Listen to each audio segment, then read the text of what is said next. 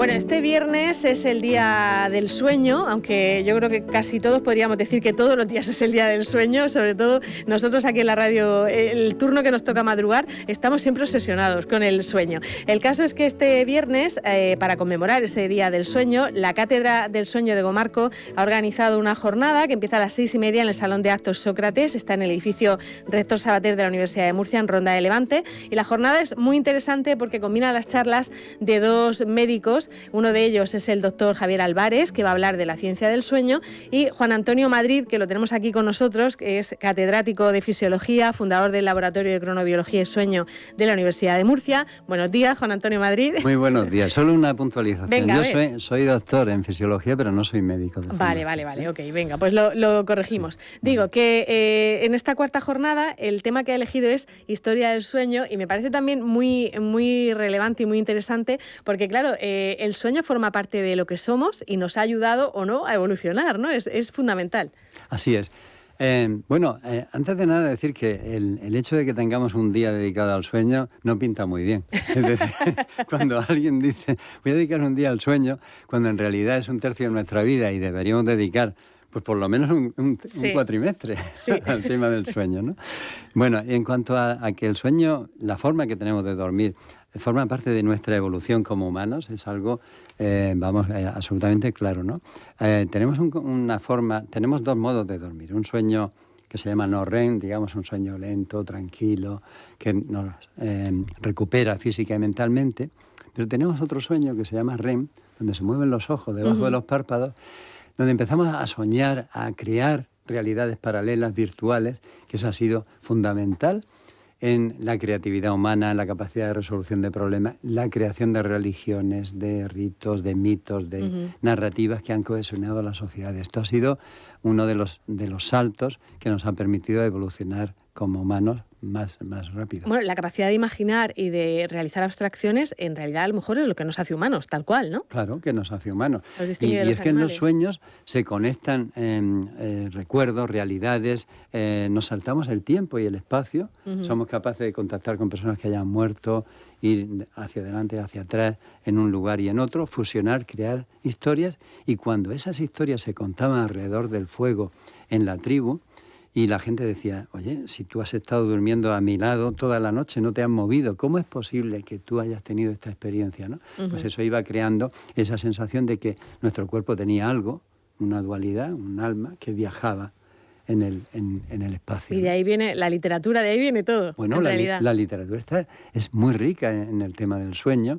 Claro, lo que pasa es que siempre hemos abordado el sueño desde el punto de vista de los ritos, de las creencias, de los mitos, y hasta hace muy poquito no ha entrado la ciencia a abordar el tema del sueño. Estamos hablando de que la apnea obstructiva de sueño se define o se tipifica en el año 75 aproximadamente. Y es una enfermedad muy prevalente. Bueno, y de cómo funciona en nuestro cerebro. También el cerebro es un órgano que se ha empezado a estudiar hace relativamente poco, pero es verdad que si no durmiéramos, quiero decir, dormir es fundamental, es una manera de archivar recuerdos, limpiar. Cuéntanos un poco por qué es tan importante para nuestro cerebro dormir. Para empezar, la primera persona, y ahora que estamos muy cerquita del Día de la Mujer, tenemos que reivindicar una investigadora que ha sido la primera persona que se plantea abordar la necesidad que tenemos de dormir y qué pasa si no dormimos desde un punto de vista de la ciencia. Fue Marie de Manessin. Ella murió a principios del siglo XX y hizo unos experimentos que demostraban que los ratones sin dormir morían antes que si les quitaban la comida. Y por lo tanto el sueño era algo absolutamente inevitable, ¿no? Y la otra cosa que descubre esta investigadora es que el sueño no era apagar tus neuronas, apagar el cerebro, sino que el sueño era un estado muy activo, ¿no? Bueno, la pregunta, por cierto, me salió un poco, recuérdame. No, que por qué es tan importante para el cerebro desde el punto de vista de la memoria y de los recuerdos también, ¿no? Claro, es importante para el cerebro, es importante también para el cuerpo, ¿no? Para el cerebro hay varios aspectos que son muy relevantes, y uno de ellos se descubrió hace 14 años. Se activa un sistema de limpieza cerebral que se llama sistema linfático, y es como un barrendero que está impulsando con agua del líquido cefalorraquídeo todos los depósitos tóxicos que alteran las neuronas, que matan neuronas. Por ejemplo, los beta-amiloide que se asocia a la enfermedad de Alzheimer, alfa-sinucleína que se asocia con el Parkinson. Y esto funciona como si fueran pulsos de choques de agua que van barriendo y limpiando. Esa es una función. Manguerazos. Aprender. Pero no solo la memoria, que siempre pensamos, de Cristóbal Colón descubre América en 1492, sino también montar en bicicleta, o un saque de tenis. Todo eso se almacena. Sí, memoria de coordinación de nuestro cuerpo también. Se almacena en el cerebro y para que se almacene necesitamos dormir. Porque si no, se queda en esa memoria temporal, en una memoria RAM y se va borrando. Es fundamental eso. También es fundamental el sueño REM para estabilizarnos emocionalmente. Porque cada noche que pasas con un buen sueño, quitas gravedad a tus recuerdos más traumáticos y los vas suavizando. A cabo de un cierto tiempo, pues hasta los acontecimientos más trágicos van perdiendo ese tinte y se va quedando pues otro sello, otro aspecto, ¿no? Siempre se dice que por la noche vemos las cosas mucho más negras, ¿no? Y que después de descansar por la mañana mejor, mucho es más mejor. luminoso. Y por la mañana, por ejemplo, recordamos mejor. Lección dormida, lección aprendida. Lección aprendida también. Por eso, es para nuestros estudiantes, pasar toda la noche estudiando es una mala, no es buena inversión. idea. Una cosa, por ejemplo, estamos hablando de la evolución y de cómo afecta el sueño a la evolución de los humanos. Claro, yo me imagino que cuando éramos cazadores, lo digo porque, por ejemplo, los leones se pasan no sé cuantísimas horas al día durmiendo, ¿no? Sí. Y el resto simplemente salen, cazan y dicen, ya tengo energía para estar otras 16 horas durmiendo.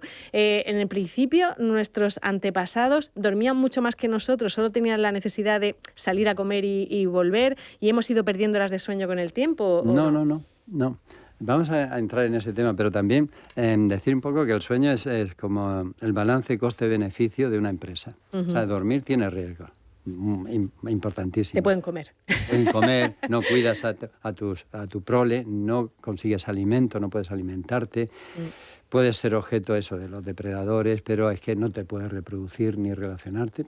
Por lo tanto, ahí hay un coste importante. Claro. Pero también tiene beneficios. Si no, no dormiríamos, está clarísimo. Entonces, cada animal tiene que establecer un balance entre coste y beneficio. ¿El león qué le ocurre? Pues con comer una vez cada varios días tiene de sobra. Puede seguir durmiendo, nadie le va a atacar. Pero el antílope, el pobre antílope que tiene que pasarse mirando continuamente a la hierba y está preparado siempre para huir, ese tiene un sueño muy fragmentado y muy superficial. Cada animal duerme en función de sus necesidades, ¿no? ¿Y cuáles son las del ser humano, entonces? Las necesidades del ser humano están, la horquilla para un adulto se sitúa aproximadamente entre 7 y 9 horas, 6 horas y media al límite inferior, a 9 horas. Pero ojo, tan malo es dormir demasiado como dormir muy poco. Eso se dice poco, ¿eh? No se suele decir, y quizá la gente no entienda que dormir 10 horas pues se asocia con muchas enfermedades. Pero no es porque cause el dormir mucho la enfermedad, es porque tú tienes un sueño alterado, porque tienes alguna patología de sueño que te hace que para restaurar tu cuerpo necesites dormir más. Entonces, por ejemplo, una persona con apnea que duerme 10 horas es una persona que sabes que tiene otras comorbilidades, otras enfermedades, ¿no? Y cuando, volviendo al hilo de nuestros cazadores-recolectores, que todavía quedan 3 o 4 tribus muy bien estudiadas, pues nos hemos llevado una sorpresa, es que no duermen mucho tiempo. O sea, están durmiendo 7, 8 horas, porque ellos se despiertan con el amanecer y están muy activos. No se duermen cuando se pone el sol, normalmente viven en zonas tropicales o ecuatoriales, sino que se duermen después de 3 o 4 horas alrededor del fuego, contando historias, haciendo una transferencia. Esa relación social. La parte social la desarrolla en ese momento. La formación de los jóvenes a través de la tradición oral tiene lugar en ese momento. Entonces se van a dormir y tienen un sueño aproximadamente un poquito más largo que el nuestro, pero no mucho más. Lo que sí nos ha sorprendido mucho es que ellos no tienen, por ejemplo, del Kalahari, la tribu San y Hadza, no utilizan la palabra insomnio. No existe en su concepto el insomnio. Y objetivamente, cuando le mides con equipos el sueño, pues aparece en personas mayores un 2%, que está lejísimo de la incidencia del insomnio en nuestras sociedades. Pero has mencionado alguna cosa ya clave. Por ejemplo, se levantan con el amanecer. Qué importante es la luz. Y lo hemos trastocado todo con la luz, ¿no? Sí, hemos trastocado todos nuestros tiempos. Pero la luz ha sido el ciclo más estable, el que nos ha proporcionado como un marco temporal donde ubicar nuestro sueño. Pero claro, nosotros ahora iluminamos la noche iluminamos la noche cada vez con luces más potentes. El hecho de que nuestro cerebro perciba que hay luz a las 10 de la noche o a las 11, significa que entiende que no se ha puesto el sol. Por lo tanto, nos va desplazando el inicio del sueño. Pero claro, por la mañana te pones un despertador. No te despiertas necesariamente cuando sale el sol. De hecho, en España ahora vamos a hacer un nuevo cambio horario. Ahora ya conseguíamos que a las 8 de la mañana, a las 7:30 esté la luz del sol. Pues ahora vamos a conseguir Lo cambiamos. Otra vez que haya oscuridad. Yo me despierto siempre a oscuras. Y siempre nos despertamos a oscuras. Sí. Viajas muchas veces a oscuras, entras al trabajo y tomas muy poca luz natural. Claro, y eso nos perjudica. Y bueno, en esa evolución que va a contar en esa charla, que estamos haciendo un pequeño aperitivo, pero esa charla va a tener más tiempo para contarlo todo, ha influido también mucho pues ese cambio de costumbres, la luz eléctrica y luego las pantallas, ¿no? Que parece que es lo que más nos está trastocando ahora. Nos han influido mucho las pantallas porque la pantalla tiene una doble agresión. Por un lado, la luz, que suele ser una luz blanca con un picos en azul, en el rojo y en el verde, pero tiene una parte importante de azul, que es la que utiliza nuestro cerebro para saber si es de día o de noche. Pero luego tiene algo que no podemos olvidar. No basta con ponerte una pantalla naranja, es la información. La información, el cerebro necesita quietarse antes de dormir, 1 o 2 horas. Pero si lo inundas con estímulos, con información, con interacciones sociales que tú tienes que hacer en tus redes sociales, eso te genera un estado de agitación mental que no te deja dormir. Por lo tanto, ahí hay un problema. No es equivalente a estar reunidos alrededor del fuego, no es lo mismo. En absoluto. Ni siquiera ver la televisión a distancia. Cuando tú eres un sujeto pasivo y lo que estás viendo no te irrita o no te excita especialmente, no es lo mismo. No es lo mismo que una red social. Igual que leer no es lo mismo que una red social. Igual que leer en papel no es lo mismo que estar interactuando en estas redes, ¿no? Pero hay otro factor que no podemos olvidar, es el reloj, el despertador.